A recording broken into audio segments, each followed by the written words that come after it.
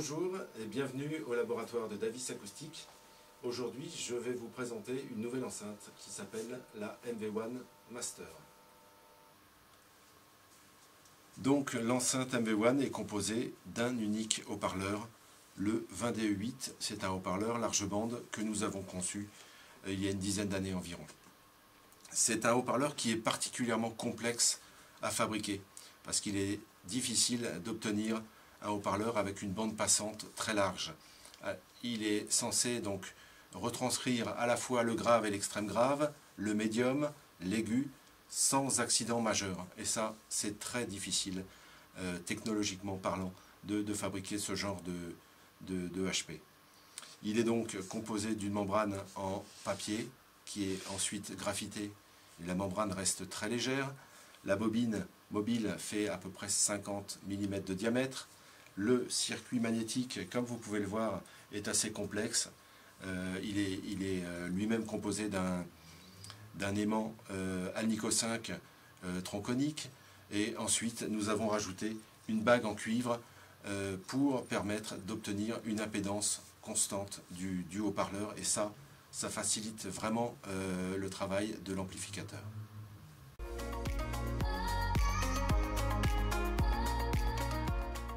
La MV1 Master est une nouvelle version de MV1.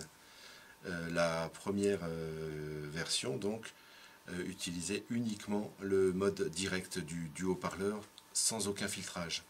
Dans cette nouvelle mouture, nous avons choisi non seulement de changer l'ébénisterie, mais surtout de proposer 3 types de branchements différents. Alors vous aurez toujours le mode direct, le haut-parleur étant connecté directement à l'amplificateur, mais on a rajouté également des filtres à l'intérieur pour avoir au final 2 nouvelles écoutes. Pour cela, nous avons utilisé les meilleurs composants du marché, des composants de très haut niveau. Alors ça va être de la soudure à l'argent WBT, également des borniers de la même marque, des condensateurs Mundorf, des selfs sur RH, du câble esprit, et donc ça nous permet d'obtenir la meilleure réponse possible.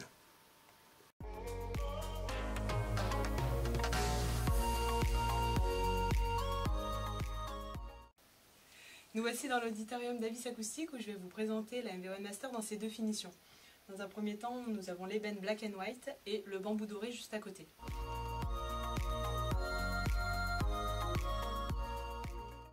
Dans les 2 cas, la face avant est noir satiné et vous avez un cache aimanté qui vient se mettre dessus.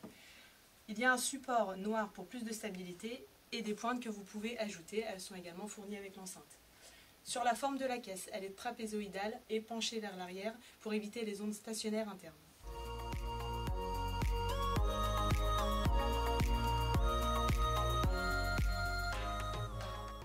Olivier reviendra vers vous pour vous parler du branchement des enceintes.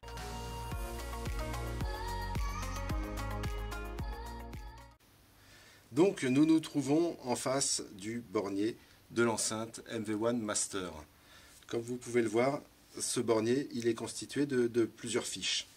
Vous avez toujours la borne plus qui est toujours identique, c'est toujours celle-là qu'on va brancher à l'amplificateur. Par contre, vous avez 3 branchements différents qui correspondent à 3 filtres. Là, le branchement numéro 1, c'est le mode direct, comme la première version de MV1, hein, c'est-à-dire que le haut-parleur est branché directement aux bornes de l'enceinte qui sera branché directement aux bornes de l'ampli. Ça c'est intéressant, c'est plutôt recommandé quand on a une pièce de grande taille avec un certain recul de 4 à 5 mètres et si possible un ampli assez doux comme les amplis à tube. On a pour la MV1 Master donc créé un autre branchement qui est le branchement numéro 2, ici, qui se trouve ici, qui consiste à mettre un filtre avec un circuit bouchon. C'est un filtre très simple qui permet de brancher des amplis un petit peu plus dynamiques, un petit peu plus puissants et surtout il permet d'avoir un petit peu moins de recul. Si on a des pièces plus petites, des pièces d'écoute plus petites, eh ben, Davis Acoustique conseille de brancher la position numéro 2. Enfin, vous avez un 3e mode de branchement qui ressemble un petit peu au numéro 2, qui est donc ce branchement, toujours avec un circuit bouchon, mais il est un tout petit peu plus fort. L'avantage, c'est qu'il permet d'écouter les enceintes dans des pièces nettement plus petites. Si on n'a que 2,50 m ou 3 mètres de recul, eh ben, il n'y a aucun souci. Si on a un ampli également qui est très dynamique, eh ben, on conseille ce branchement numéro 3, qui convient vraiment à tout type d'amplificateur. Ensuite, eh ben, vous l'avez peut-être vu, on a une fiche supplémentaire ici, qu'on a reliée à un petit câble. Ce petit câble-là, vous pouvez le relier à votre amplificateur qui, en principe, contient une masse de terre. Vous verrez, tout est expliqué sur la notice, sur le manuel de l'utilisateur que l'on met avec l'enceinte, mais c'est relativement facile au niveau des branchements.